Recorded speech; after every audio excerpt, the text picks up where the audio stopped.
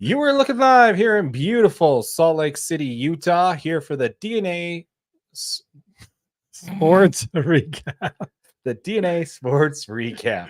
How's it going, AJ? I'm doing good, buddy. I'm doing real good. How are you? I'm doing well, doing well. Well, we're starting off on a high note there. High note. I love it, man. I love it. Yeah. It's awesome. Yeah, we don't know where we are or who we are. We're just here to talk. Absolutely, absolutely. And once again, folks, if you are joining us on the live stream here on YouTube, we do have the comment section open. So feel free to drop us a comment. Let us know where you're watching from. We'd love to hear from you, where you're watching. Also, if you have any comments on what we're talking about, we'd love to interact with you. Yep, chime in. That's really the main purpose for why we went live on this one, is just simply because we like to interact. It makes it way more fun. Yeah, it definitely does. Yeah. In today's episode, we're going to be talking about a little bit of our Utah Utes football here. We have some depth chart announcements that was made earlier this week. So, again, right when we stop recording is when stuff comes out. So every time, everybody probably already knows that, but we'll talk about it.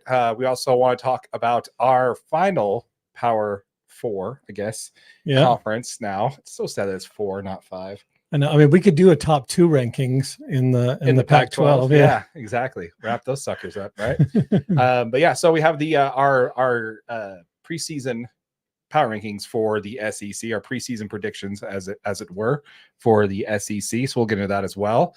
We also have some more to chat about when it comes to your Utah Hockey Club, about not only about the club itself, but also about its minor league affiliation that changed, that dropped earlier this week. So we'll talk about that a little bit. We also want to talk a little bit more about your Utah Jazz, what's next, and what's kind of going on with that, some of the latest signings that are happening there. And then also in Major League Baseball, we want to talk about the NL West, the Kansas City Royals, which is usually the death knell for any video. So. Absolutely. Yeah, that's guaranteed. No one's going to watch it. Yeah. And also discuss the hottest team in Major League Baseball. So that's all on the docket today. Yep. Sounds fun. Always. Yeah. Sounds fun. That's what we're here for. We're here to talk fun. We're here to talk fun. We're here to talk, pretty much everything. We'd love to chat with you guys again. So let us know in the comments down below where you're watching from. And again, this is a live show, so feel free to interact with us as we go. Yep. You good? Yep. All right. So before I was born good. You were born good? Literally. All right. I like it. I think I don't know. I don't know if I was born good or not. I was born. Lame. It was a busy day for me. I don't remember much. Yeah. But anyway, before we get into the content, folks, let's go ahead and do a pre-show cheers. Yep. Cheers to you. Cheers to you, my friends.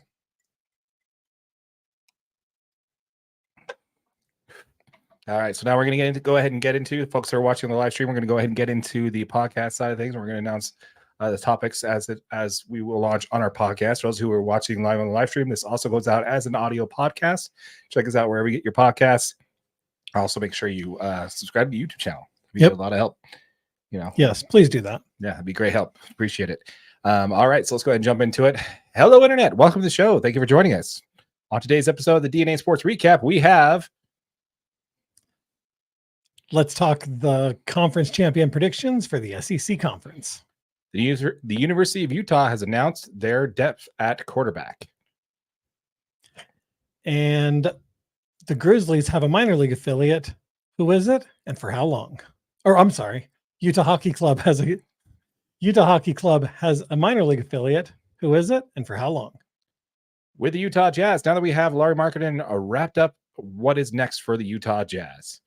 In Major League Baseball, the NL West is heating up. Who is the hottest team in Major League Baseball? All that and more. My name is Darren. That is AJ, and this is the DNA Sports Recap. Roll the intro.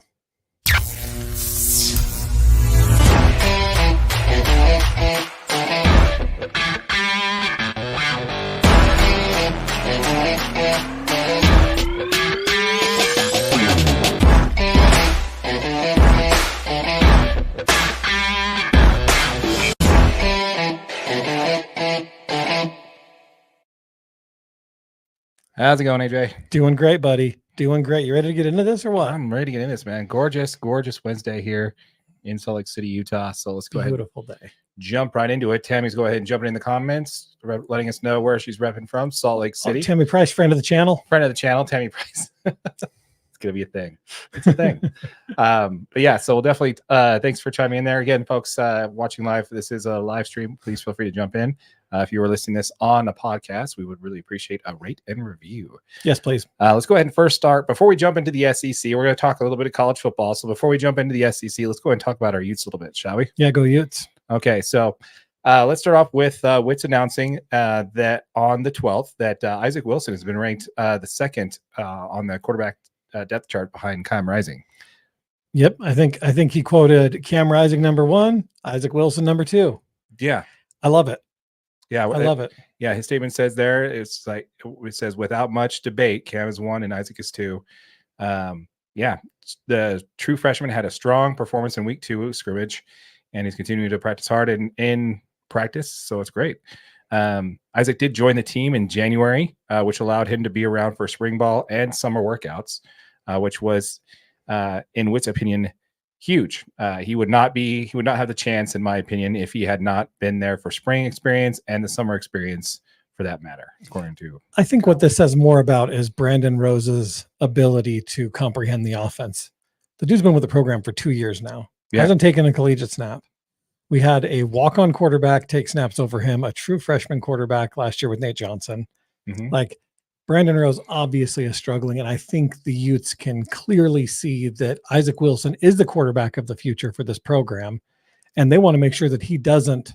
I mean, as a backup quarterback, in blowouts you're going to get some time. Right.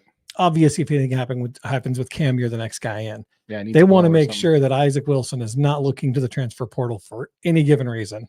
He came to the program knowing there was one more season of Cam Rising. Mm-hmm. He was good with it. I think he wants to learn as much as he can from Cam in this season, but they want to make sure, hey, Isaac, next season, you can continue this. This team's yours. Yeah. Kyle Whittingham continued on to talk about Isaac has continued to get better each day. He's seeing the field better, making better decisions. He's got a live arm. Ball comes out of his hand like it's supposed to. Very mobile. That's another facet. Another strength is his being able to have escapability in the pocket. He senses the rush very well and is able to get himself out of jams and still make the play on the move. That was Kyle Whittingham on Isaac Wilson earlier this week. This kid's a stud quarterback, man. I mean, he really is. He can make all the throws down the field. Even just watching some of his high school stuff, like he does make good decisions. But I think I'm most impressed with like his ability to really throw the long ball, and he's not scared of it at all. Mm-hmm. Like some quarterbacks, like Bryson Barnes, for instance, he could throw the ball down the field with zero efficiency. Right. It was just down there, and as long as you had a fast enough receiver, they would get under it. That's not the case with Isaac Wilson. I mean, he can really throw it down there and put it on a dime and give somebody a chance to not only make a catch, but also go and, make a big play out of it. So this kid's going to be special. I hope we don't get to see him at all this year. Yeah, I hope he enjoyed the garbage minutes in the fourth quarter. He might play a half with Yeah. Was it Southern Utah? Yeah, I mean Southern Utah. I mean after we're up 42-0 against Utah State, I'm fine if he plays the whole second half. Yeah, maybe you can get the first couple runs in the not first. A big deal. Absolutely. Once you get it up there, put Cam on ice and we'll go from there for sure. Yeah. He's staying pretty grounded when it comes to the news. He's like, I got to work, got to keep working.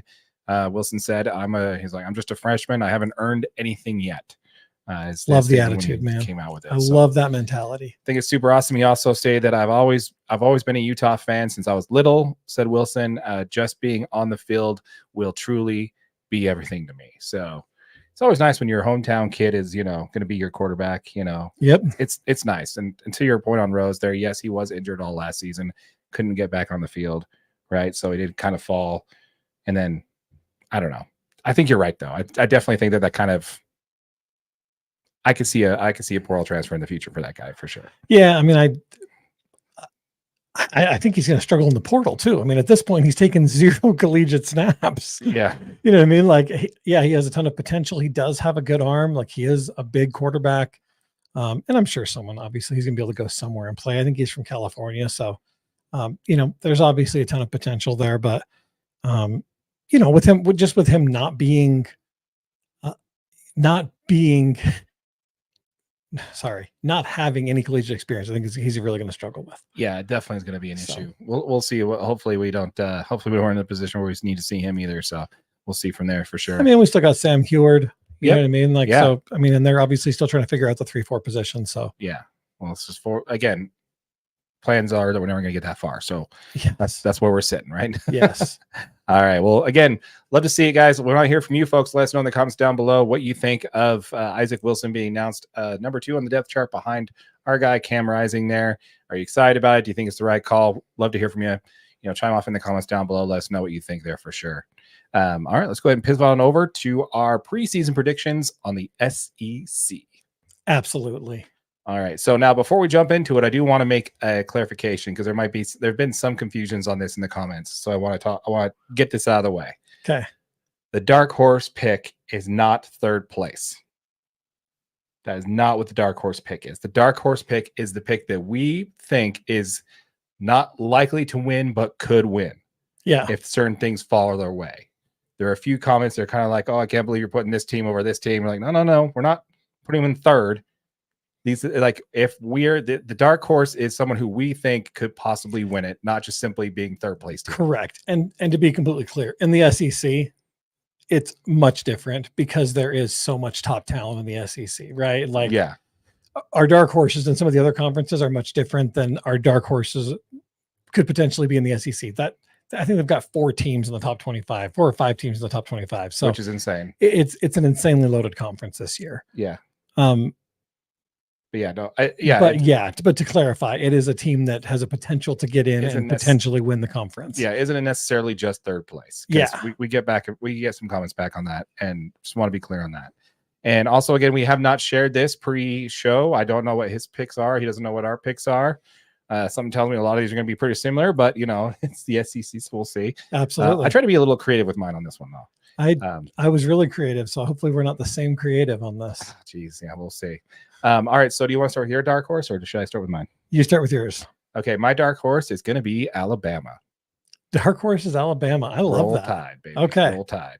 So Kalen DeBoer obviously knows how to coach, right? He's got Jalen Milroe, his talented quarterback, and I'm confident that if there is any next level for Kalen to hit, if there's any next level for Jalen to hit, Kalen and his staff is going to get him there. Yeah, I really think there's more on that arm and more in that quarterback talent than we saw last year. Yeah, and I really think that that Kalen DeBoer can get it out of him.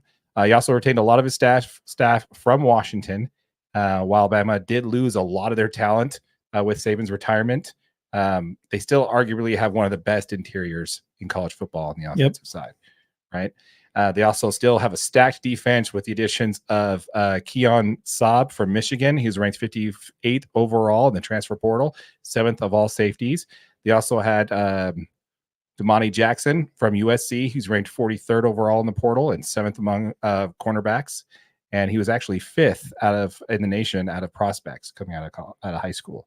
You also had LT Overton, transfer from Texas A&M, ranked 30th overall in the portal this season, and also 5th out of defensive linemen. So I don't know, man. I just like it. I just do think that with Saban sticking around in kind of an advisory role, I don't really think that Alabama is going to fall too far. And, if you watched a lot of Washington football last year, which we got a chance to, absolutely, this is definitely a coach that could surprise some folks right out of the gates year one in the SEC. I totally agree. Agree. Who do you got as your dark horse? My dark horse, I have the University of Texas. Okay. Yeah. Okay. Yeah. Run your line. Okay. So I want to start by saying I truly believe that Texas has a very good shot of making the college football, the extended or expanded college football playoff. This team was great last year. I think they're going to continue to be great this year. They are returning, obviously, Quinn Ewers, a quarterback. That offensive line is one of the top offensive lines in the country. It's kind of anchored by Kelvin Banks Jr. They do add Isaiah Bond, the wide receiver from Alabama. I think he's going to help them replace some of the wide receivers they lost. And obviously Worthy and Mitchell, those guys both in the NFL these days. Steve Sarkisian, he's just got his work cut out for him, though. He does. This is obviously the SEC is big boy football. I think if there's anybody in the conference that has an outside chance of becoming a conference champion, it's absolutely Texas. Okay.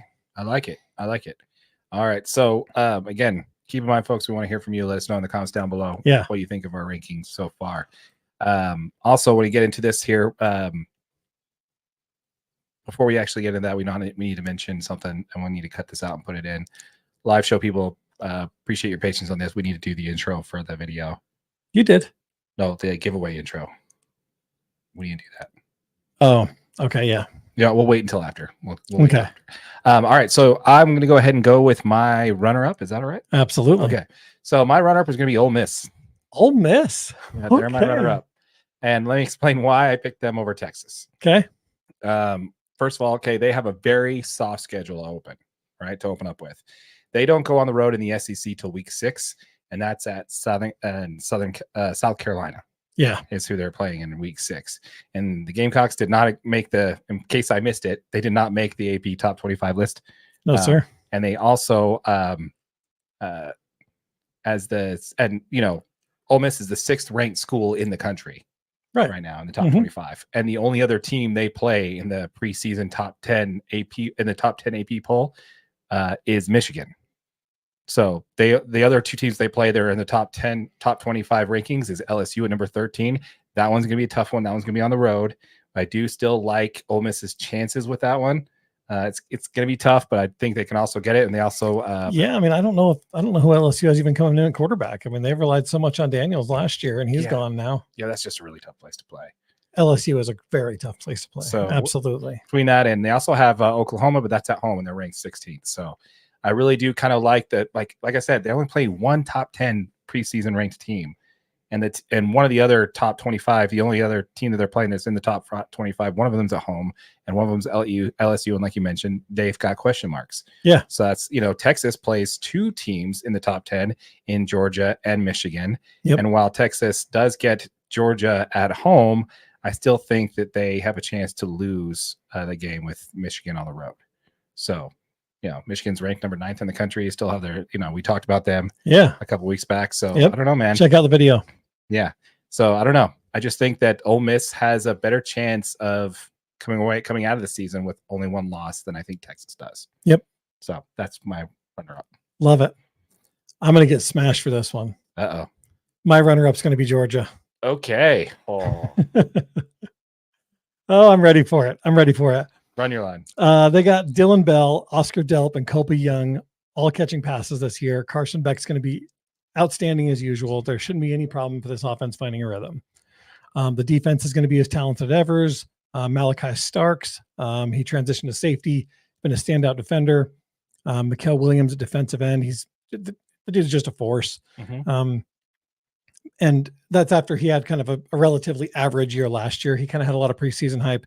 Didn't end up being as great as they kind of thought he would be, but I think he could really step in and play great this year. The only reason that I don't have them winning this conference is these guys have a really, really tough schedule. Yeah. Yes, they do. They are at Alabama. They are at Texas. They are at Ole Miss. They are at Kentucky. And if any of those games go south in the conference standings, it is just really, really tough to win. I mean, I think they can win enough of those games to be in the conference championship game, but I think the problem with a team like Georgia is if you do lose a game, it kind of throws. I mean, this team's expected to win every single game, and I feel like it can get into their head really quick, and it could potentially turn that season downward, especially if they lose one of those road games. Yeah, so, that's a very good point. I did not realize how many of those tough opponents were road games. Yeah, road games, man. That's a very, very good point. Yeah, they got some really tough road games, and we'll see. I mean, I'm not saying Georgia's a bad team. I just think that they could really struggle with that road schedule. All right. So let me tell you why I think Georgia's going to win the SEC conference. Okay, deal. Okay, so they fell just one game shy of winning the SEC championship last year after winning 29 games in a row. Yep. They are out for blood, man. Yeah. Carson Beck is easily going to be your first quarterback off the board in the 2025 draft. Not much to say here. There's a reason why they're on the odds and betted favorite across the board to be the national champions. Yes. This team is just absolutely stacked with talent.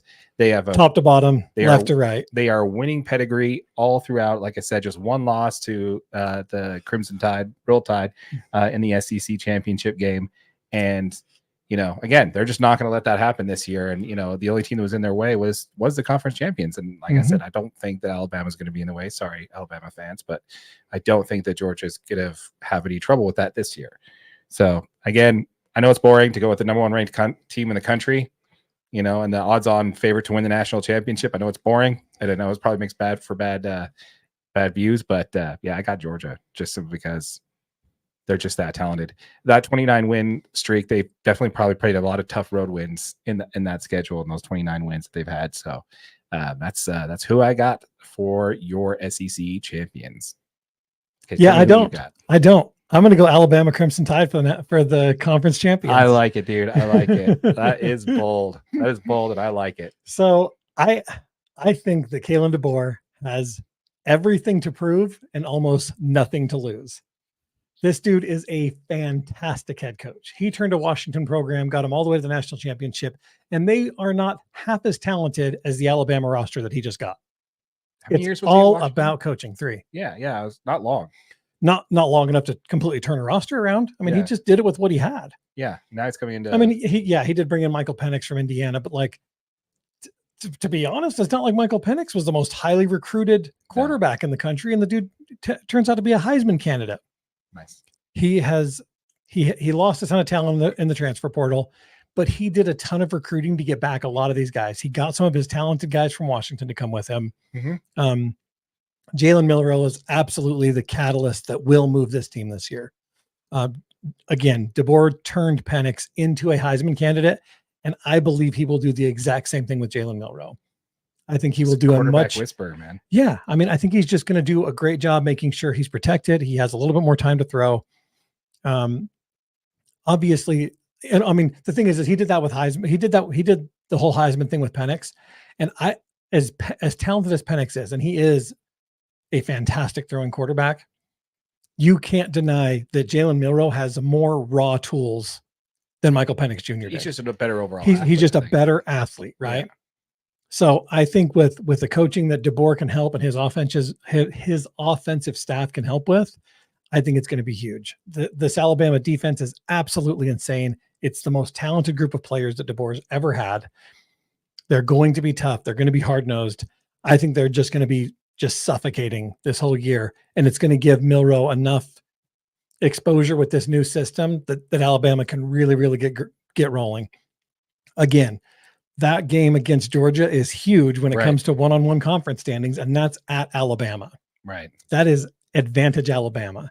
True. I just don't know if you're going into Alabama and you're going to get, I mean, even the Vegas odds on that one, because it is such a tough place to play. Tuscaloosa is for real, man.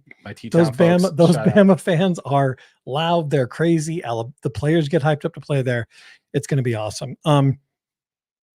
Yeah, I mean, he got some great players back, right? Jaheim Otis on the defensive line is back from injury. He's looking like he's going to make his mark early and often. This guy's really talented on the defensive line. Deontay Lawson, he was a semifinalist for the Butkus Award last year.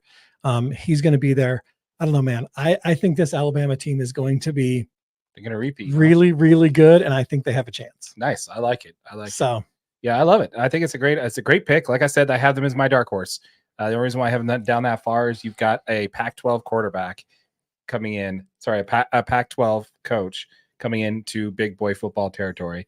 Other than Kyle Whittingham, I don't have any other coach that's transferring into a new conference having that much success. I think DeBoer's the guy, though. He is definitely one of the guys that could definitely do it. Yep. Yeah, him, Dan Lanning, and Kyle Whittingham. I think those are the three that are really going to make a splash. So, I think it's a great pick, man. I absolutely love it. That's what.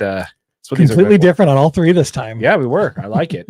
Once again, folks, we want to hear from you. Let us know in the comments down below. What do you think of our picks there? Are we way off, or did we, give a middle finger to your fan base there? Let us know in the comments down below. We would love to hear from you on that. So make sure that you do so. On the way out, make sure you also, if we earn that like, slap a like on that and hit subscribe if you'd like to hear more from us as we update things as they go. So yep. And just remember, we are giving away. We did finally hit 1,000 subscribers. Thank you all very much for that. Thanks, everybody. We are giving away, like we promised, $500, our first $500 in AdSense revenue. That's 5 subscribers, $100 each. Make sure you guys hit that subscribe button. We're going to be picking that as soon as we start earning the AdSense revenue. That's right. Make sure you hit the notification bell so you don't miss out on that. We're going to do it as we earn it. So like the first $100 that we earn, we'll announce a winner, and then the next and the next and the next. Keep in mind, folks, that we did run into kind of an issue here. We did notice that we're not seeing all the subscribers. I don't know if a randomizer is going to see the ones that are marked private. So if you want to be available for that, we'll give you a heads up when we do that a week ahead of time. So if you want to make your profile public for a week so we can catch you on that, we'll definitely let you know about that. So, keep that in mind. Yep. All right. That's awesome, man. Great talk. That's good. I like it. That's good stuff. I like it a lot. I like it. It turned out well. I like it. I did not believe that's a lot coming from you to go to Alabama, man. This is a Utah fan, ride or die Utah. Yeah, and I am not an Alabama fan. He's not an Alabama fan. He made that quite clear in our preseason, way too early predictions. You're like, I am not an Alabama fan. Yes. I don't want to. So that was fantastic, man. I absolutely like it. Absolutely like it. Shout out to my T-Ville folks for sure. All right, so you want to go ahead and pivot on over to our Utah Hockey Club, shall we? Yep, let's do it. All right, let's go ahead and change colors here. We need to go to a light blue. There it is. There she be. Hold on. So we intro it and then you can run it. Yeah. Okay. So Utah Hockey Club has an official minor league team. Who is it and for how long?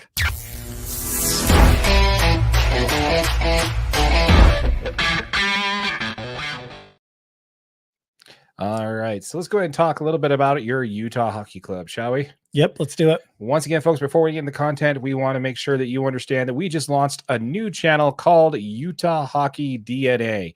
This is a channel that we built specifically for our Utah Hockey Club. And where's the graphic at? I can't find it anywhere. Up, down. Oh, there it is. There it is.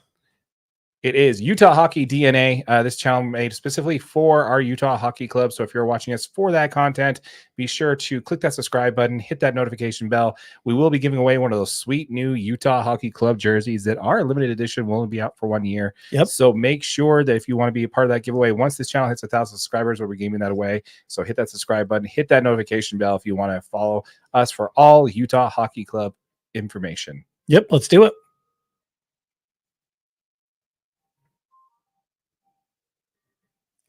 Is that coming through to the mics? I don't know. Chat, let us know if you hear the ice cream man outside. Oh my goodness, that's great. All right, so let's go ahead and jump into it here now. So with that, we've with the draft being over and a lot of new signings. By the way, we covered that in previous episodes. Be sure to check that out. We'll link them down below, where we talked about the key transfers and all that stuff. There's trades and some and signings. There's lots of good stuff on Utah Hockey DNA. Make sure you check it out. Leave us a like. Hit that subscribe button. Absolutely. And again, so it's probably a good idea to discuss the development leagues for our new NHL franchise. Yeah. Okay. So now I'm going to break this down. Now, forgive me for using a different sport as an analogy here, but in baseball, you have the minor league affiliates. You have single A, double A, and triple A. Yep. Right. There's more to that. There's rookie ball and all that other stuff. But for the sake of simplicity, let's just keep it there. Yep. When your average player who has talent gets drafted, they start in single A and they play their way through the minors, first single A, then double, then triple, then they make their major league debut, so on and so forth like that. Right. Yep. Then in the NBA, you have the G League, which used to be called the D League, but capitalism. So that's how that works. But that's it. And Gatorade sponsored it. So yeah, so now it's called the G League. So because of Gatorade sponsoring it. But that's it. So just one minor league affiliate there. Now hockey has two. So they have the ECHL and they have the AHL and then the NHL. And it goes and it's in that order. So entry-level hockey players with some talent that are going from getting drafted into the NHL. The first one is going to be the ECHL, which is the East Coast Hockey League. And just a tier above that would be the AHL, which is the American Hockey League. So on this episode, what we're going to do is break down the ECHL and our new signing to that as far as an affiliate goes. Correct. Do you want to run that? Yeah, absolutely. So it was announced about last week, roughly, depending on when you're watching this, that the Utah Hockey has signed a 1-year agreement with the Allen Americans as their ECHL affiliate. So this is a 1-year contract. Yeah, I mean, this is huge because they needed some affiliate, obviously, to pull up from minor leagues and that kind of stuff. So yeah, the Americans are played in the Mountain Division in the Western Conference. They joined the ECHL back in 2014-2015 season. They came right out to a winning rip, winning the Kelly Cup, which is their championship. Yeah, the first 2 years, and only missed the playoffs 1 season since they've been part of the league. Now, which is interesting because there's a few things with that. Is that one? It's very interesting it's not common for you to sign a 1-year deal. Typically in this, it's a 3-year deal with a 2-year option after. So it's usually 3 to 5 years that you have a minor league affiliate when it comes to this. So this is just a 1-year deal. So it's kind of interesting in the way that that's played out. And we'll get to that in a minute. But let's go ahead and pivot over to, believe it or not, we actually already have, for those of you who don't know, and you probably do know, we already have an ECHL team here in Utah. We do. Yeah. And who are they? They are the Utah Grizzlies. That's right. So the Utah Grizzlies are our ECHL team. They're an affiliate of the Colorado Avalanche. So our built-in geographical rivals across the mountains there. Yeah. And also, fun fact, the Utah Grizzlies are rivals with the Allen Americans in the ECHL conference. Which is league. Yeah. Yeah, which is super awesome. I think it's very, very cool. Which actually kind of makes things a lot more funner because you might think, okay, well, the Grizzlies and now the the Allen Americans are going to be in the same conference, right? Because we both are, Right. Both in the mountains, right? So they're going to be in the same conference. Do they play each other? Yes, they play 8 times this season. Yeah. And they actually are going to be the Grizzlies home opener on November 1st. Which is awesome. Which is pretty cool. Yeah. It's pretty cool. So by going to a Grizzlies game here in beautiful Salt Lake City, you get to see their ECHL affiliate for this 1 year. Right. Which will be the minor league players for your Utah Hockey Club. Correct. So you'll be watching a game in West Valley for the future of people who will be playing. So just like the Jazz, man. Yeah. You want coming to South Salt Lake to watch the Utah Stars play. Yeah. And then, a couple of years they'll play in them. Salt Lake Stars, but Salt Lake close Stars. Enough. Yeah, they used to play at the Salt Lake Community College, so South Salt Lake, Taylorsville area. That was actually I liked it better there. Yeah, so that's where it was. Anyway. But now they're playing at the Maverick Center, aren't they? Yeah, they're playing there now. Yeah. But it's going to be a busy season for those guys this year. Yeah. How are they going to get basketball in there when they also have the Dickens Festival and Festival of Trees? Come on, guys. Yeah, that is a busy season. So there's a lot of talk about, with the fact that we already have an ECHL team here in Utah. Why are they not going to be the affiliate? Well, right now, the Grizzlies have 2 years left on their contract with the Colorado Avalanche. 2 years? Yes. Okay. I read that their contract was set to expire at the end of this season, only being 1 year left. Okay. Well, this is according to ESPN on, I could be wrong on that, but hang on here. Because I thought that was the exact reason that they only signed the Americans to a 1 year deal. Yeah, it could be. Allen. It's great. Great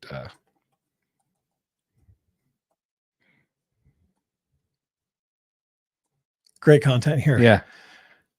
But anyways, the whole idea of this is obviously at some point, the Grizzlies, you would think, would want to become the ECHL affiliate of Utah Hockey Club. Yeah, I agree. So do you think how likely that would be, though? I think it's got to be at some point. I mean, geographically, it makes the most sense. The only reason that they moved to be an affiliate with the Avalanche is because that's the closest NHL team from here. True. You're only 8 hours away. Yeah. So, okay, this is according to KSLSports.com, an article that was posted July 31st of this year. What about the Grizzlies? So the Grizzlies' beloved ECLH team is currently affiliated with the Colorado Avalanche, according to sources within the organization. The deal has 2 years left with a 2-year option. Okay. So the 2 years. Yeah. So the Avalanche is the Avalanche's AHL team is the Eagles in Loveland, Colorado, just about an hour north of Denver. So I could be wrong because that's just KSL saying sources are familiar with the team and the contract so that could be wrong. Could be 1 year, could be 2 years. I don't know. I don't think it will be. I don't think that's going to be a choice they're going to make specifically for that purpose. I think the team is just going to go with the best potential talent and the best way to get their. And if they're looking strictly talent, obviously the Americans are a pretty good setup team. Yeah. They're winning games. They've obviously got some very talented players on that roster. So maybe they stay with the Americans for as long as they need to. Yeah. I honestly think it's just a 1 year deal they're just getting their feet wet in the NHL. This is a brand new franchise. We're all learning stuff. While I like the idea of the Grizzlies being the minor league affiliate for the Utah Hockey Club, I don't think the contracts line up. We could be wrong. It could be the KSL could have got that wrong, Yeah. Where'd you get that information from? Do you know your source on that? I can't remember where I just read it, but I read that. If it lines up, I read kind of the same thing though. Sources think there's only 1 year left on the contract. Okay, so we'll see about that. We'll get more. Let us know in the comments down below if you've heard it different. It does kind of line. If it does kind of line up, it is kind of close. Who knows? Absolutely. Now, obviously, the minor league, so the AHL American Hockey League team for this Utah Hockey Club is still going to be the Arizona Roadrunners, which is the minor league affiliate for the old Coyotes team that is still owned by the same guy that owned that team. So we'll see with that one. That one probably is going to change too. So we'll see what happens there for sure. Yep. But yeah, we want to know we want to hear from you folks. Let us know in the comments down below. Let us know what you think about this 1 year deal that we signed with the Allen Americans out of Texas. Do you think this is the right move? Do you think, should we pick a different team? Should we sign a longer contract? And do you think the Utah Grizzlies will end up being the ECHL affiliate for your Utah Hockey Club? We'd love to hear from you. Absolutely. And once again, folks, as you're watching that, we did just launch Utah Hockey DNA. This is our hockey channel specifically designed for your Utah Hockey Club. All of our content will be posted here first. If you have not yet, please hit that subscribe button, hit that notification on this. We'll be giving away one of those sweet new Utah Hockey Club jerseys as they become available. And if you're watching this on our main channel, a link to that channel, Utah Hockey DNA, will be in the description below. Yes, it will. All right. So we want to go ahead and pivot on over and talk a little bit about our Utah Jazz. Yes, I love the Utah Jazz. All right. Let's go As ahead. terrible as they may or may not be. All right. So let's go ahead and switch our color over. Oh, yeah. Got you. It's better for editing. Oh. Just put that wherever. It's cool. It's cool. It's fine. We can do one light. It's all good. Everything's fine. Everything's great. We're new to this. First time. Yeah. Okay. So, all right. So let's go ahead and talk about Everything's fine. Everything's great. All right. Let's go ahead and talk about what's next for your Utah Jazz. That was anticlimactic. One more time. Rock's great, guys. All right. Let's go ahead and we're really good at this. we're so good at this. All right. Let's go ahead and talk about what's next for your Utah Jazz.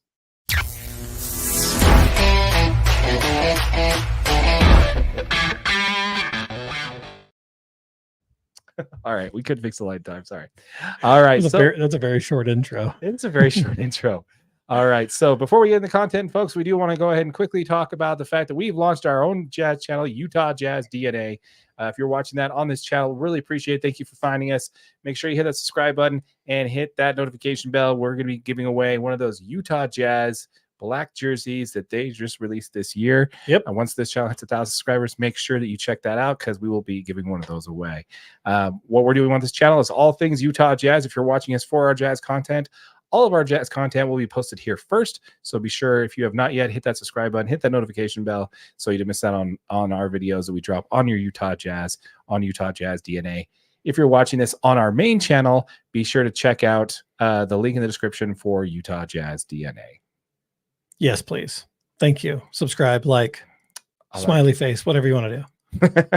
Smiley faces are fine too. We'll take them. Yeah, absolutely. Emojis, all that good stuff. We'd love to hear it from you for sure. We got another comment there from Tammy here. Let's see here. And this is why I'm a friend of the channel. Love the humor. Appreciate it, Tammy. Friend of the channel. Yeah, Tammy Price, friend of the channel. Absolutely. Absolutely. That's great. Love it. All right. Once again, folks, if you are watching this on the live stream, please feel free to jump in with any comments. Let us know where you're watching from. We'd love to hear from you. All right. So let's go ahead and talk a little bit about your Utah Jazz. Now, we talked a little bit about last week about how the Jazz locked up Lauri Markkanen. It was a 5-year, $238 million contract. Before we jump into that, first, what is your, now that we had the numbers out and everything, I know we positioned the video last time to make it sound like we already knew the numbers, but that didn't come out yet. So it was unofficial. It was unofficial at best. Yeah. So, but anyway, so with that said, with the numbers, everything, how are you feeling about that particular signing for the Utah Jazz? I think signing Lauri was the best thing the Jazz could have done. Getting Lauri under contract is huge. I hope the Jazz want to continue to win ball games. Obviously, as a diehard Jazz fan, I always want to see them win now. Right. I think that signing Lauri puts us pretty clearly out of the Cooper flag. I don't, unless you're planning on sitting Lauri this whole entire year, we're not going to lose enough games to be in the top 10. So, okay. I don't know. Yeah, no, I love it. I mean, I love Lauri as a player. I love that he wants to be here in Utah. I think signing him and getting him under contract will help us attract some other players that will stay here and play with him. Mm-hmm.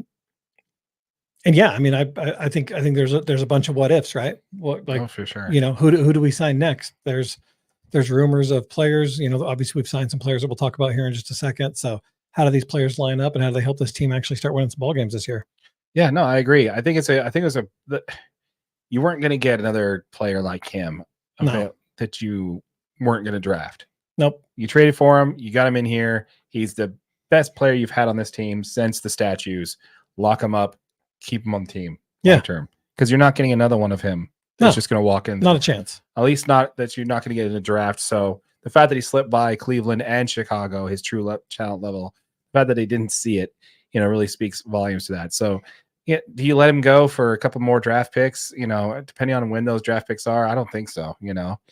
I think it was the right move for the Jazz to do. It's either it's time to stop doing the whole tank for draft picks. It's time. Yeah. You didn't do it well. You should have tanked for Victor Wembanyama. You didn't do it. You should have tanked last year. You didn't do it, at least not well enough on either one of those years. And, the ship has sailed on doing that. You want to be one of the 5 worst teams in the NBA because then you have about a 30 to 35% chance of landing a top 5 pick, which, like you mentioned on the previous video, is starter level talent in the NBA year one. So we definitely want to go for one of those and kind of see let the chips fall where they may. And who knows? The Jazz may not be done yet. So we'll see. Let's go ahead and talk about some of those. Let's start with our boy, Johnny Juzang, shall we? Absolutely. That was fantastic. When I saw that, I'm like, yeah, Johnny's back. I really like Johnny Juzang, and I've been a big fan of him ever since he was playing just for the Stars. I went to a couple Stargaze and just watched him. I mean, he was next level. You could tell he was going to be on an NBA roster someday. He plays with a ton of energy. He's a fun player to watch on the floor. He shoots the ball pretty well. He does make pretty good decisions. He doesn't, commit a ton of turnovers or anything like that. I think Juzang's a perfect addition to this, younger roster. And I think he can help grow with this team because it is really young. A lot of the players on the bottom side of that roster are in their early 20s, late teens. And Johnny's a perfect fit with those guys. Yeah, I think it's a good fit. I love watching him play in the he played in the summer league last year, didn't he? Yeah, absolutely. Yeah. If I remember correctly. Not this year, the previous season. The previous season, yeah. I really liked his he had a sweet touch, man, for his jumper. I thought he had a really nice touch. He does. He's a good shooter. Yeah, so I think he's a good ad. I think he's going to get some minutes with this team at the, not necessarily a starter. We'll see how bad they want to be. But I definitely really like the idea of them re-signing Johnny. He's a great guard. I think he's going to be a good fit. I like it. But with that, we waived Tavion Kinsley with that move. Yeah, and I don't like that. Me neither. Because I really liked him, especially he performed really well in Summer League this year. I thought he had a real chance to make that final roster, but this is pretty typical Jazz kind of stuff. Yeah. They always leave about one roster spot open for 2-way contracts and stuff like that. And you think back and it's kind of the one signing that I think of like this is the Joel Bollenboy. I don't know if you remember those days when Joel Bollenboy from Weber State was actually, the Jazz had drafted him with like the 50-something pick, and they thought he was going to make the 2-way roster. They ended up not signing Joel Bollenboy, and they ended up signing a guy by the name of Royce O'Neal that ended up making the roster and obviously becoming a pretty big-time starter for the Jazz. I guess and has earned himself a pretty Royce, healthy contract. Yeah. Yeah. I guess if you have to go with that, you have to go with that, right? Yep. For sure. But yeah, we also signed some interesting transactions there on that the Jazz did. Let's go with so Drew Eubanks. I think we signed a forward, Drew Eubanks. What's your take on him? I think this doesn't really move the needle for me. Do you think he's going to spend a lot of time with the Jazz? Or do you think I think Eubanks is just a roster fill out. Mm-hmm. I mean, you're going to pay him $10 million a year because you needed to fill some of that cap space so that you hit the floor. Yeah. And that was the reason they waited until the Laurie contract was signed, so they knew how much they needed to really pay this guy. Right. I think they probably negotiated something, obviously, but my big concern is that Eubanks plays over Kyle Filipowski. Oh, I like the development of Filipowski. Obviously, he's one of those players that most NBA GMs, I think, is probably at his ceiling. I don't know if they think there's a much room for growth in Filipowski, but I do think that he can become a dependable role player on this Jazz team. And I would hate for Drew Eubanks to be playing over Filipowski in any scenario. I don't know. They did sign him on the same day they did sign him on the same day that they signed Johnny Juzang. So they did sign Filipowski. Well, they technically signed everybody the same day. Yeah. Right. They made all these offers and then everything came official the same day because they were waiting on the Laurie contract. Yeah. To go official. So they knew what they needed in cap space. Yeah. Which to me, I think that is the true meaning of why that would hit 238 million versus 200 million. Yeah. I think they really want to make sure they hit the floor. Yeah. That's something we talked about at previous. And they front loaded the contract. And if you look at all the Jazz contracts, every single one of them are 1 year, every year after that's non-guaranteed. Yeah, so it's very front loaded. And the Larry Marketing contract, if you watch previous videos, we talked about the new CBA. We break that down a lot in those videos. We don't want to go into too much here because then this video is going to be like 35 minutes long and nobody wants to watch that. And nobody want to see that. Yeah, but this year what's different is that there's now a salary floor as well as a salary cap. So you need to spend a certain amount, which I believe is $219 million this year. Yep. Correct me in the comments if I'm wrong on that one. But they got to spend at least that. The Jazz were under that number by quite a large margin before they signed Larry to that. Yeah, they were like 40 or 50 under that. Yeah, that plus these other additional signings will definitely put us in a better position to hit that minimum. I do like that we re-signed Micah Potter to a 2-way contract. He's a center. That was on August 6th. I think that was and Micah Potter's another one of those good shooters. Yeah, and he also spent a lot of time with us with the team at the end of the year last year. He also was on the Olympic team. Yeah, he was on the select team. Yeah, he was on the select Olympic team. So I thought that was pretty cool, getting the experience, getting a much more experience than Kessler did. Mm-hmm. Well, that's we already made a video about that too. So, check that one out. Yeah, comments. We'll link it in the description for sure. What else you got on the Utah Jazz there? Well, did you see that? I think it was this morning they signed Mr. Patty Mills to a 1-year contract. Yeah, I was shocked. $3.3 million, 17-year veteran Patty Mills. Yeah, he's been a Jazz killer with the Spurs, man. I love this signing, dude. He was a Jazz killer, and I'm just like, he's gonna be one of those players. Patty Mills is just one of those. He kills everybody, man. Yeah, he doesn't look like he's big enough to actually contend and actually play like the level of basketball that he plays because he's a really good defender. Mm-hmm. He's a really good shooter. And he does all the stuff that you don't get stats for, man. He just comes out and plays his butt off. So he's going to probably start at the 1, right? It's probably where he's going to start at if he starts. I don't know if they'll start Patty Mills. I think, I don't know. You know what I mean? The fact is like, you think we still have, it's funny because of all these young guys that we talk about, we still do have Colin Sexton on the roster, Jordan Clarkson. Right. Both of those, Keontae George. 2 of those 3, I think, are still 2 guards, not point guards. Yeah, but Keontae is your true point guard. And I don't know. I don't know. Not even Danny Age thinks he's a true point guard at this point. But I think you're going to keep playing Keontae at the point. I guess maybe if you bring out Patty Mills, he is your true number one point guard. That's kind of what I'm thinking with the Patty Mills signing. Is you really want to put a skilled point guard out there with Keontae to see if he's more of a traditional 2 than he is a 1. That's a great point. So I think that's what a big part of this signing was. I don't know. What do you think about that? No, that's actually, realistically, they do not have a true number 1 point guard that is just a distributor, kind of a pass first. Patty Mills is a situational 3-point shooter. He takes him if he's open. He makes the right read, can shoot over top. Mike Conley-esque, right? That's kind of for sure. Yeah. Mike Conley's a true point guard. That's definitely absolutely Patty Mills. So that is a great point. He could very well be playing the 1 to kind of see if Keontae is that guy, maybe he excels in a true 2 role. But I struggle with that because I want to see Keontae on the floor because I don't want his development to be stunted at all. Clarkson's not going to start, and Colin Sexton's probably going to start if they don't move him before the deadline. So you'll have Patty Mills, Sexton, and then you'll have Laurie, then you'll have Collins and Market. Well, you still got Cody Williams, John Collins.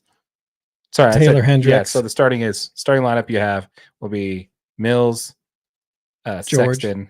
Oh, you think Sexton starts over Keontae? No, let me bounce this lineup off you. Oh, okay. So you got Colin Sexton, you got Patty Mills as the point guard. So point guard 1, Mills, Sexton shooting guard 2, your slasher, your cutter, and then you have Laurie Markkinen as your 3, John Collins as your 4, Kessler as your 5. That's your starting 5.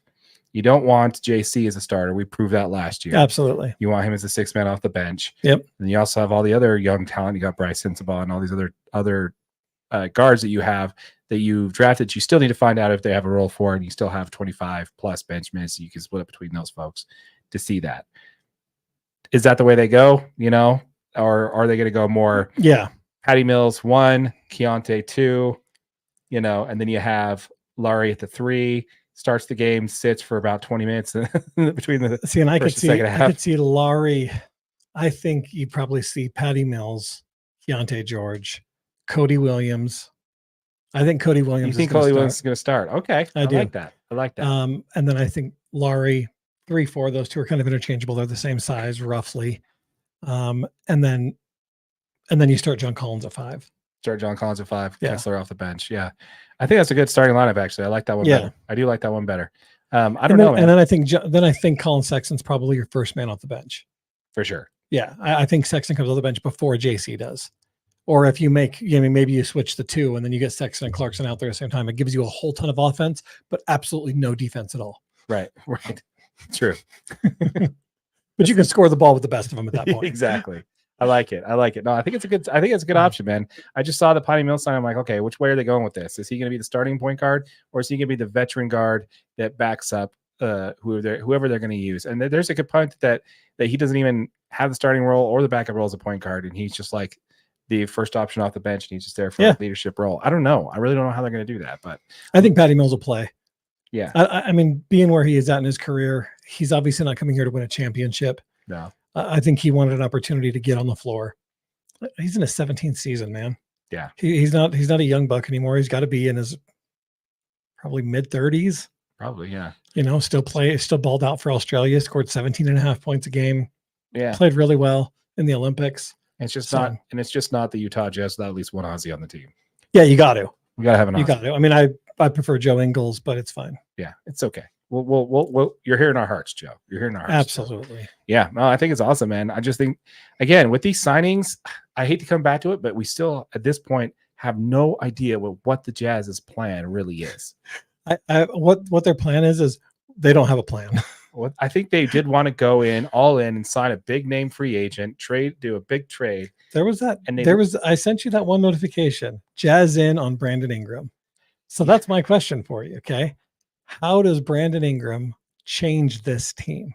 And does he move them to a perennial or borderline or fringe or whatever you want to call it playoff team? Because my answer is yes. I think the league's figured out Brandon Ingram. I think that Brandon Ingram is on the absolute wrong basketball team. Oh, there's that too. There is zero shooting around him. If you want to tell me that Zion Williamson is creating space for Brandon Ingram on that team, the best 3-point shooter they have is probably CJ McCollum. Yeah, well, I don't know, man. Zion, his first game on the league, he knocked down 4 threes in a row, man. Yeah, but Zion is not a 3-point. He's not a. I don't even know why they let him take those shots. I mean, he'll shoot it if he's open, but he's not. No, you know what I mean? Like, he's not Damian Lillard. You're not guarding him 30 feet from the basket.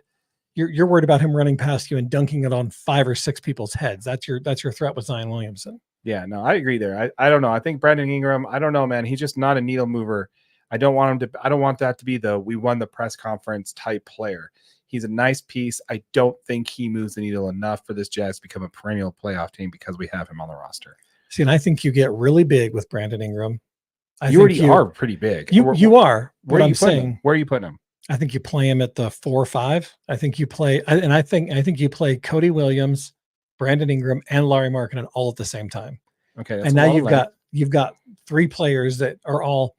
Brandon Ingram can play defense when he needs to. Larry is a great defensive player. Yeah, and Cody Williams is fast enough and big enough that he can defend the basket when he needs to. There's just no way they're going to deal with John Collins on the roster. That $25 million contract, they're just not going to sit him to play Cody Williams. You know, I agree, but I think, this Jazz team has to be looking at their future at some point. John Collins is in the future of this basketball team.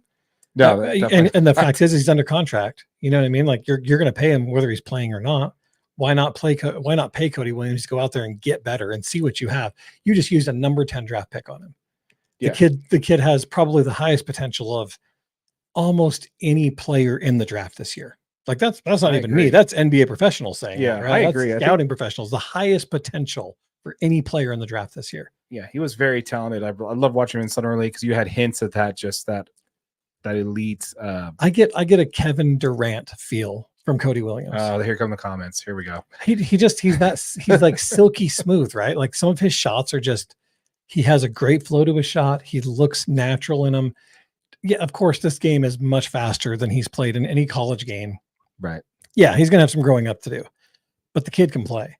Mm-hmm. And with Cody Williams, if Cody Williams can become half of what his potential is, and you have Laurie, and then you bring Brandon Ingram, and then you've got a guard rotation that consists of Patty Mills, Keontae George, Jordan Clarkson, and Colin Sexton. That is a whole lot of offense. Mm-hmm. I think this team could actually win enough games that they could at least sniff the playoffs in this Really? upcoming season. I think so. Okay. I like it. I like it. I don't know, man. I just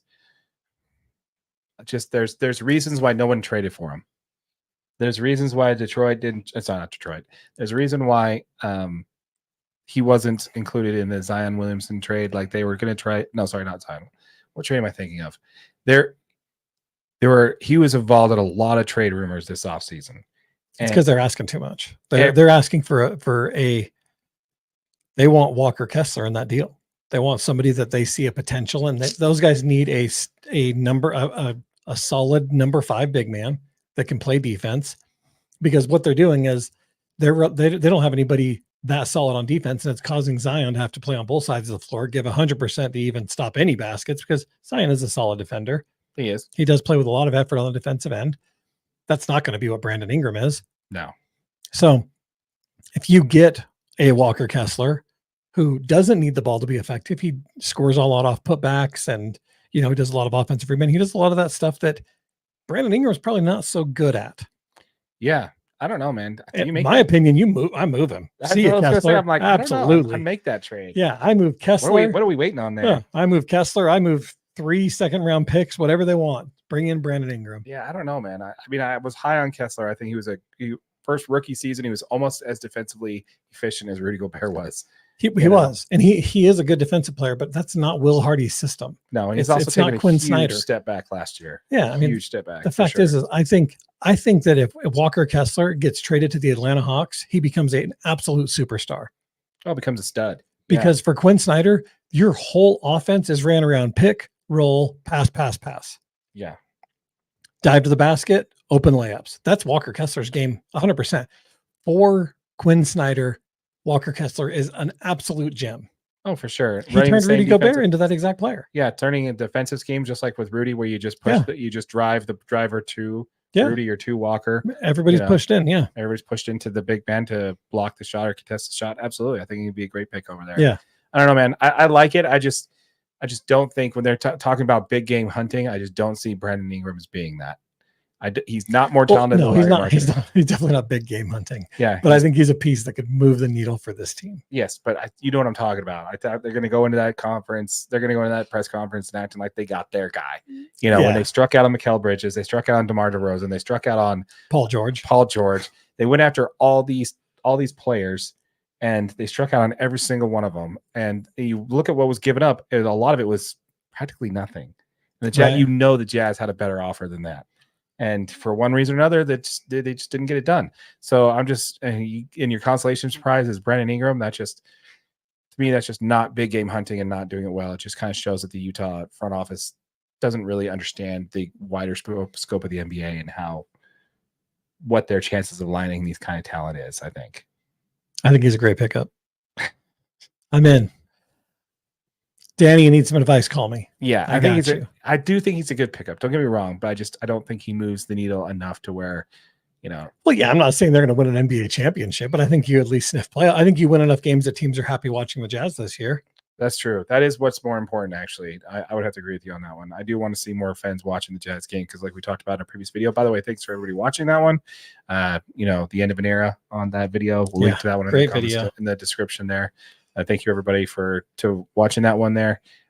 This is the last season to really enjoy the Delta Center the way it was meant to be, the way it was built. So make sure you guys as many Jazz games as possible. Yeah, I'd really love for them to sniff the playoffs. I like the fact that you think they're going to get there with the addition of Brandon Ingram and their additions to the talent now, because they do get very long. It reminds me of the Lamar Odom Lakers, kind of things where you had a bunch of long players, reach players on that team that really kind of gave the Jazz fits back in the day. I like it, man. I think it's good. Yeah, I'm good with it. Yeah, I'll be all right with it. If all we're moving is Walker Kessler and a couple of second-round picks, so I'm fine with it. Yep. It works for me. That's what I'm saying. All right. We wanted to hear from you folks. Let us know in the comments down below what you think. What do you think about the signings as far as Walker Kessler's contract extension and the moves that the Utah Jazz have made so far this offseason before fall camp opens up? We want to hear from you. Let us know in the comments down below what you think. As a reminder here, where's my mouse? There it is. As a reminder, folks, we did launch Utah Jazz DNA. It is a channel specifically for your Utah Jazz. All of our content will be posted here first on this channel. If you are watching this on this channel, please make sure you hit that subscribe button, hit that notification bell so you don't miss out. We're doing a giveaway. We're doing a giveaway on this channel. Once this channel hits 1,000 subscribers, we'll be giving away one of those sweet new Utah Jazz black alternative jerseys. Be sure to subscribe to the channel so you don't miss out on that giveaway. Yep. Like it, share with all your friends. Great channel, good content. Yeah, it's a lot of fun. It's a lot of fun. And again, we're seeing steady growth on this one as well. So yep. If you're watching this on our main channel, Utah Jazz DNA, a link to that channel will be in the description. All right, let's go ahead and pivot on over to Major League Baseball. Can I do it without knocking the light off? Yeah, we'll see if that works. Let's go ahead. Let's go ahead and talk Major League Baseball.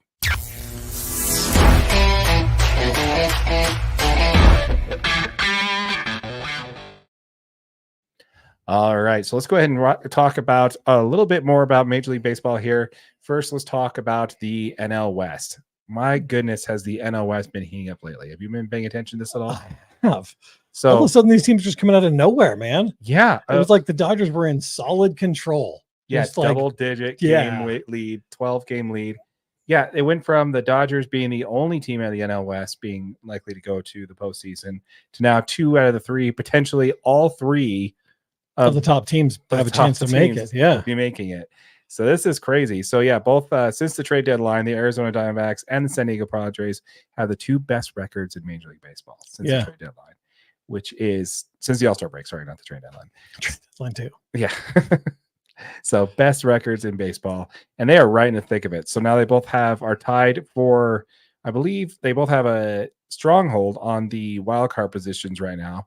The first 2 positions in the wild card. So they have a 4.5 game lead for the National League wild card, with the Atlanta Braves having a 1.5 lead. Ooh, that's getting small. Especially because the Braves are playing the Padres tonight. Yeah, that's not great. Yeah, it's kind of, those games are starting to mean a whole lot more. Yeah, the Braves got to take care of business against the Padres.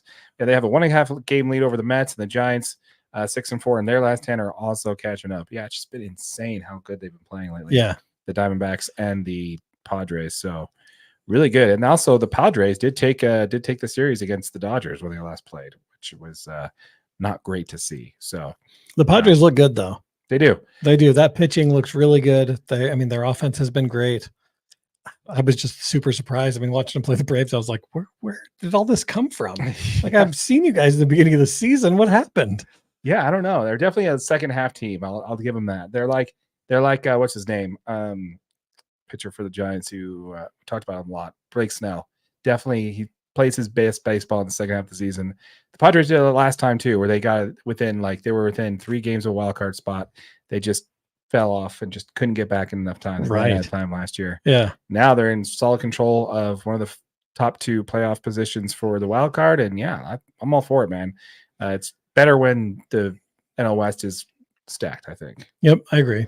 Yeah, so I don't know, man. What do you think the chances of your Braves being able to hold on to that last spot over the? I think they're going to get it. I think they're going to beat the Padres tonight. Take that season series. Yeah, how close are you? I'm going to check. Hold on. It's almost as if you don't have something right in front of you. You can check with it. No, that's not real. Notes only, Darren. Notes only. No, that's a notes only. Notes. Oh, only. The Braves are smashing them. Nice. 6-1 at the bottom of 3. And Tammy chimes in here and says, "Typical Dodger stress." Yeah, that's right. Every year we have to worry about the wild card. It's really kind of funny how that works out. And we'll end up probably playing one of those teams in the first round, and we'll see if the Dodgers actually get over it this time. We'll see. That's tough. Of course, with the Dodgers, they also, we'll talk about the Dodgers here in a minute. They also lost River Ryan to Tommy John surgery. So the injuries just keep stacking up for the Dodgers, man. So Walker Buehler made his debut today, which last time I checked, he was not performing well. I think he got rocked. I think the Dodgers are losing 4-3 right now in the top of the 7th. Yep, 4-3. So we'll see if they can come back on that one. But so he's coming back from Tommy John, and then you also have Tony Gonsolin, who's out for Tommy John. You have Dustin May, who's out for Tommy John. You have Yamamoto, who's out for a shoulder issue. Clayton Kershaw is coming off of shoulder surgery. We have like the best starting lineup rotation in baseball on the IL right now. It's just absolutely ridiculous. It's just so ridiculous. Whole bench all-stars on the IL. Yeah, Mookie Betts, Max Muncy, two all-stars. One is an MVP. He's back now, by the way. Max Muncie's back now. No, right? Mookie Betts is back. Oh, Mookie's back. Yeah, he came back for the Mariners series. Yeah, and he's doing well. 2 bombs, doing well. Nice. Yeah, so he's playing well. But yeah, it's been interesting for sure. But yeah, so yeah, it's been an interesting race to see that these two are kind of climbing back, and even the Giants, man, they are playing really, really well. I mean, Blake Snell threw a no-hitter. We talked about that last week, and they continue to win. They continue to keep beating up on these teams and really making a case for the fact that they could potentially be another team in the wild card hunt. So they're a few games behind the Braves right now. I believe they're 4.5 games back, but with 30 games to play, man, that's definitely something that can be done for sure. Yeah, starts adding up real quick. Like I said, every single game matters at this point. It really does. It really does. All right, so let's go ahead and pivot on over to the. Actually, we want to hear from you folks. Let us know in the comments down below. Padres fans, Diamondbacks fans, we want to hear from you folks. Let us know what you think as far as your team's recent surgence and basically capturing that wild card and basically owning those first 2 spots. We'd love to hear from you. Is Ketel Marte your MVP?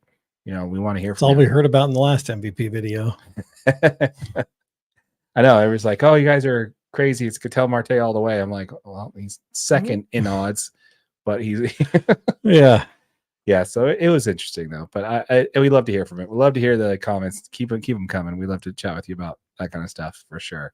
But let's go ahead. So yeah, we'd love to hear from you guys. Let us know. Dodgers fans, are you worried about the 2 on your tail there? Do you think you're at risk? Is this run sustainable for those teams? Let us know. We want to hear it. Okay, let's go ahead and talk about the hottest team in Major League Baseball right now, shall we? Yeah. Okay, so it's not the Yankees, it's not the Dodgers, and it's not the Orioles. Do you know who that is? No. It's the Cleveland Guardians. Dude, I've seen the Guardians have been playing absolutely crazy. Yeah, they have the best record through 120 games this season so far with a winning percentage of .592. So, yeah, the Cleveland Guardians. Good job, guys. Since when? Yeah, they were in first place for a while for the first 2 months of the season, and then they lost. They lost to I believe they fell 1 game behind the Twins for like a day there, and then just after that, just boom, boom, boom. They went on a nice little run, 8-2 run, 9-1 or whatever. It's a great way to make some space. Yeah, they started really pulling away, and yeah, super cool to see that. Now, at the time of recording, I do want to say this though, is that today, after the Dodgers won yesterday, the Dodgers actually tied them for having the best record in Major League Baseball. Right, 71-49. Yeah, so they also have a .592 winning percentage. The Dodgers are also 8-2 in their last 10. And so, yeah, the Dodgers, at the time of recording, the Dodgers and the Guardians were tied for the best record in baseball. So, I mean, I think that's really kind of cool how that works out. Yes, you got the 2 teams behind you in the division really pushing forward and going on like these epic runs to kind of 5-game win streak, and then they lose a game, then another 4-game win streak, then they lose a game, then 7-game win streak. These guys are just continuing to win, keeping it rolling too. And the Dodgers are basically limping in there with 5 different rookie starting pitchers this year, and they're getting Mookie Betts back, they're getting Walker Buehler back, they're getting Yamamoto back later this month. Max Muncy's on his return. Nick Ahmed's Nick Ahmed. Can't remember who we got, but we got another player. The trade deadline's been hurt. That's on a rehab assignment. We are reloading with talent, and yet at this time we are still have the tied for the best record in baseball right now. Pretty impressive. So yeah, Mookie. With Mookie and Shohei Ohtani and Freddie Freeman in the top 3, I like our chances there. So, on the American League side, super awesome guys. Congratulations, Guardians fans. We want to hear from you. Let us know what you think about your team and how well they're playing. Do they have a sneaky MVP candidate? Because again, my dark horse was, yeah, absolutely. Was oh gosh, his name just escaped me. Third baseman for the Guardians. Gosh, he's my MVP pick, my dark horse MVP pick. I can't remember it either. Oh my gosh, it's gonna bother me. It is gonna bug me. Who is it? Come on now. Anyways, while he's looking that up, check out the previous video where we pick MVP picks for the AL and the NL. Yeah. Gosh, it's going to drive me nuts. He knocked out, what's his name? The Guardians won, so they're probably going to beat us. Gosh, ooh. It's going to drive me nuts, man. Who is on the Guardians that J Ram. Jose Ramirez. J Ram. Third baseman for the Cleveland Guardians. My dark horse MVP pocket. I can't believe I didn't remember that one. But yeah, they did get a win today. So they beat the Cubs there 6-1. So they probably will, after this filming of this, be the best record in baseball. So good on them. Let's go ahead and talk about another team in the AL Central, shall we? I believe in the AL Central. I could be wrong on that one, but let's go ahead and talk about a team that we're not going to make a video on because those videos never do well, but we definitely want to talk about them. Let's talk about the Kansas City Royals, shall we? Yeah, absolutely. So have you heard about any of this? I've heard about this. Okay, so why don't you go ahead and run it down? What's the talk about the Kansas City Royals right now? Well, the talk is that they are using some sort of form to inform hitters about pitches coming, right? Okay, so you think they're side stealing, right? Yeah. Okay. That's what the rumors are. Yeah. So the rumor is that somehow that the Kansas City Royals are cheating. Now, for an extraordinary claim requires extraordinary evidence, in my opinion. Absolutely. And is there any evidence for this? No. Okay. No. And the biggest thing is like the whole rumor is built upon like they're doing this at home because that's obviously the only place you could absolutely do it, right? Where you have control of the stadium. And you look at their road splits, and they're playing better on the road than they are at home. Some of them are. Yeah. Their home splits, their home and away splits are pretty crazy. So in games played, okay, that's all their games. That's not what I want to see. I just want for this season. The 2024 season, we do have, let me get back to it here. I hate all these pop-ups that come up when you're trying to look at Baseball Reference. I don't know if have you ever looked at Baseball Reference? Yes, it's horrible. It's so annoying to pull this up. But yeah, so when it comes to it, the splits, they have insane home and road splits. Like it's pretty bad. Like if you're looking at the team as a whole, when it comes to batting splits here we go. I was sitting on this page and then a bunch of pop-ups hit up and then I couldn't even get to it. So when it comes to the home and road splits here, so they have games. So on their plate appearances, so they have more games played at home than they have on the road this year. So that's definitely one part of it. But do you want to know how many triples they've had this year at home versus on the road? How many? They have 24 triples at home versus 7 on the road. That is actually pretty funny. It's kind of a lot. Yeah, that's a huge difference. They have 318 RBI at home and 239 RBI on the road. The runs scored are 332 at home and 241 on the road. Their OPS plus at home is 114. On the road is 90. So there is quite a bit. Their slugging percentages. Their OPS is 775 at home, and on the road it is 672. So, their batting average is about where you expect to be: 270 at home, 236 on the road. Most teams do hit better at home, so that's really not that big a deal. But the walks is 185 at home and 126 on the road.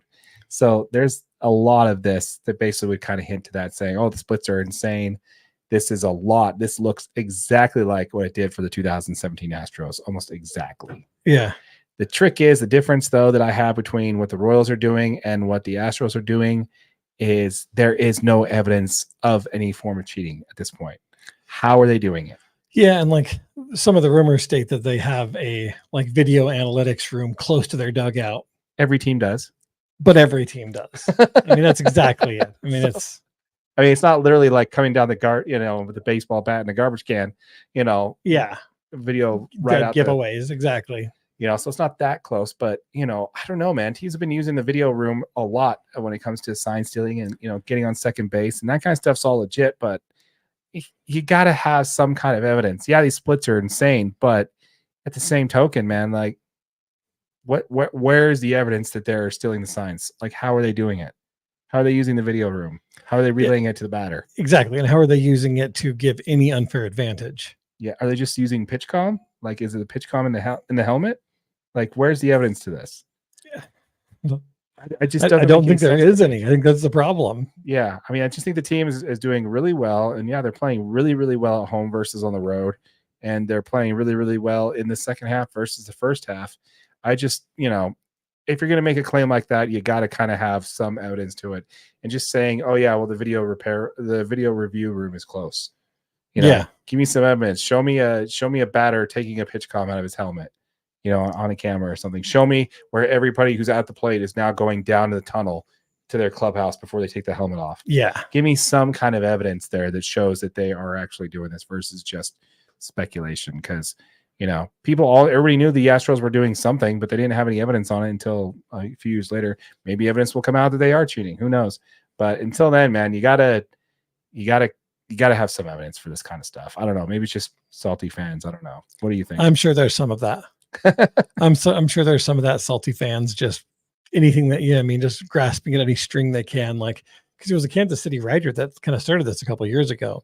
Oh, really? Okay. Yeah. That kind of posted saying that they were cheating because of this video room and, they use it more often than other teams. And he ends up deleting his tweet and clearing everything off and saying, no, I didn't actually say that. And then, some of the Royals players even spoke up saying that's not true. Yeah. Like, we're not cheating. Yeah. Yeah, where's the evidence on that? That's just kind of where I'm sitting. You and I both picked these guys to win their conference, right? Yeah. So, like, I don't know, man. I don't know. I just think they just loaded a lot of talent, a lot of pitching depth. They got Will Smith, the relief pitcher, so they're just destined to win. I mean, Bobby Witt Jr. has been playing out of his mind. Yeah. Perfect pick, by the way, on that. If it wasn't for the Aaron Judge being unhuman, I think you'd be spot on him winning the MVP this year in the American League. I definitely think that's a possibility. But yeah, so we want to hear from you folks. Let us know in the comments down below when it comes to that. Do you see any evidence when it comes to the rumors that the Royals are cheating? Do you have any evidence on that? Is something we missed? Let us know in the comments down below. Yeah, have you seen any videos? Send us a link. Yeah, we'd love to see it. Love to hear from it. All right, so let's go ahead and pivot on over to one more thing I want to talk about when it comes to baseball before we call it a night here. And that is, let's talk a little bit about the Boston Red Sox. And we don't talk about them a lot unless we're talking about Kike, which, by the way, we're going to wrap up with Kike. Remind me to talk about Kike. Okay. Did you hear about him? No. Oh, my gosh. So great. You ever see Major League, the movie? Maybe. The wild thing. Dun, dun, dun, dun, the pitcher comes out. Okay, never mind. Yeah. Dude, you're missing some good stuff there. Anyway, so let's go ahead and talk about the downer now. We're gonna be very careful about what we say because this channel actually just became monetized. We don't want to do anything to piss off Business Daddy, so we're gonna be very, very careful about how we pronounce this. But the Red Sox slugger, all-star for the Red Sox, Jarren Duran is serving a 2-game suspension for uttering a homophobic slur during Sunday's game at Fenway Park. Have you heard about this? Yep. Okay. So do you have anything else on that? Mm-mm. Okay. Just let me run with this, huh? Yeah, just roll with it. Okay. So now there was a lot of talk about this earlier on because, a great video by iTalk Studios. He broke down, how the Oakland Athletics broadcaster used the wrong N-word when referring to the Negro League Museum. Right. And then he got fired and lost his job. And then there was the Reds announcer that didn't realize he had a hot mic and made a homophobic slur towards the city of San Francisco. When he didn't realize the mic was hot, he lost his job there. But when a baseball player gets caught with a hot mic and says it, nothing happened to him. And so now MLB stepping in and giving him a 2-game suspension on this. So I don't know, man. What are you thinking on it when it comes to the discipline on this? Where do you think it falls? Do you think this is necessary? Do you think it's not necessary? Do you think this is an overreaction? What's your take on all this? I think it's 100% necessary. I mean, you catch anybody saying things like this on a hot mic anywhere, you got to think a lot more of this probably gets said and notion towards fans than is caught on mics. Oh, for sure. It's tough. 100%. I mean, and the fact is you're a professional athlete. You're going to get heckled. Not that that's an excuse, because as a fan, you have to remember that these are still human beings that are just playing a sport. They're just going to work just like you would any other day. Yeah, I do think They don't deserve to be heckled. I do think the way he should that be some allowed to people turn do. around. I do think he's allowed to turn around and yell profanities back. You absolutely should. It's It's the choice of your profanities is the key there. yeah. I think if he got caught saying the F-bomb on a live mic, I don't think nothing would have happened. It's nothing. He might have had to say sorry. Didn't You could have called somebody about 40 choice words, but the one that he chose to use was the failure in this whole thing. Absolutely. And it's kind of one of those things where I agree with this suspension. I do. I think a 2-game suspension is enough to be like, hey, look, we did something. You definitely would not have said that if you knew the mic was live. If you were that close to a mic, you definitely would not have said that. But this is definitely something you probably have said quite often. Yeah. So this suspension is definitely, I think, warranted. It's the other two that I think is a little bit egregious. And I think a little bit of overcorrection, a little bit of what's the word? Flag flying. What's the word? What do they call it? When you're standing on your high horse, oh gosh, can't remember the term. Anyway, a little bit of posturing to, where these two broadcasters lost their jobs because they said the wrong thing. Yeah, immediately. And then their careers are over. When it's the actual player who's an all-star, he gets a 2-game suspension. I think a little bit of an overreach for sure. I definitely think this is more necessary. I think this kind of suspension is perfect. It could have been a little longer, in my opinion. I think a 5-game suspension would have been more warranted. It's just makes a little bit more sense. It makes you realize that MLB is taking and the Red Sox are taking a strong stance against this kind of language. Right. But at the same time, not necessarily tanking the Red Sox season, and really kind of ruining the chances from, I don't know. I think that's probably where it needs to be left. But the reason why I bring this up is I actually want to talk about how this connects to the person we talked about last week and our boy, Trevor Bauer. Love Trevor Bauer. So Trevor Bauer, if you didn't watch it, we did a video last week where we talked about him breaking the record in the Mexican League with 19 strikeouts. We'll link that video in the description below. Check it out. We do have, hang on, we got another comment here. We got Tammy Price dropping in the comments here. What did Tammy say? Is my mouse? There it is. Let's see here. It says, not fair to broadcasters, but needs to be something. Yeah. Yeah, exactly. 100% agree with you, Tammy. Yeah, there did definitely need to be something. And this kind of ties into what we were talking about last week. So the reason why we think Trevor Bauer is not in the MLB right now is because he probably just won't put down the camera and wants to continue to do the vlog and wants to continue to be in that. And I think that's a big reason for why a lot of players have a problem with him in the locker room right now. Yeah. Is because of this exact reason. They don't want to accidentally be caught picking their nose or doing something where they become a meme on the internet, or in this case, get potentially suspended because they're having a conversation which they thought was private, isn't, because there's a camera pointed right at them. And Trevor Bauer's wearing a mic the whole game. And yeah, I don't think he wasn't allowed to do that in the MPB. He wasn't allowed to do that in the MLB. He wasn't allowed to do it in the Mexican League.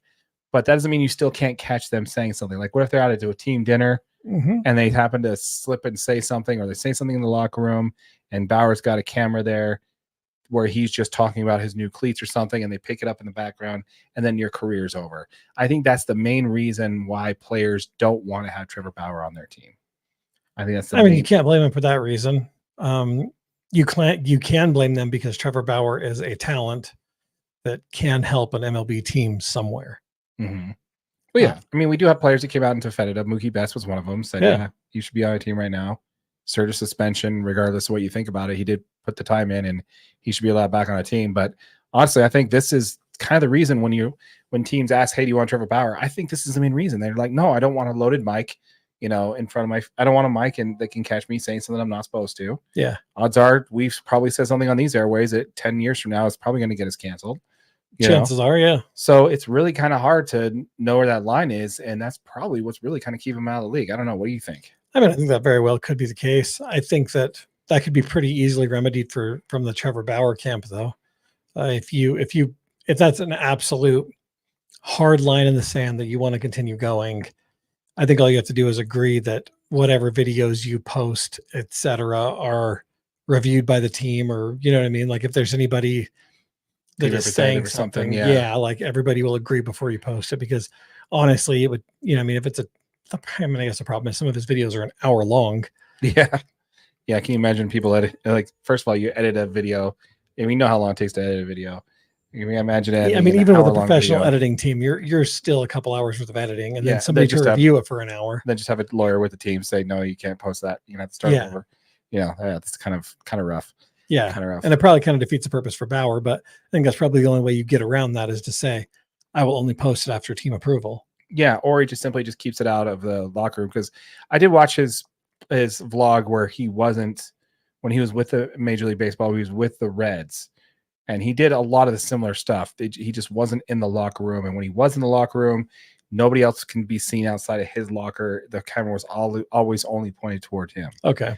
And I just think that a lot of players still just didn't like that. They didn't like the risk of that being a potential. So yeah, and really, I mean, if you watch his current videos, he doesn't do a whole lot of locker room stuff. He might post a video of him walking like into the locker room, but it usually stops there. But there is a lot of footage in the dugout where he's talking in the dugout between innings and that kind of stuff. Obviously, a ton of on-field footage, a lot of his pre-game ritual and what he does, and yeah, a lot of that's gonna be Major League Baseball. They're gonna be like, hey, you're filming our product and you don't have the licensing for this. Correct. So they probably have an issue with that. But I don't know, man. I definitely think this is probably one of the reasons why most of the players in the MLB don't want Trevor Bauer on their team. Yeah, the hot mic issue for sure. I think it's definitely going to be an issue for him. So yeah. I don't know.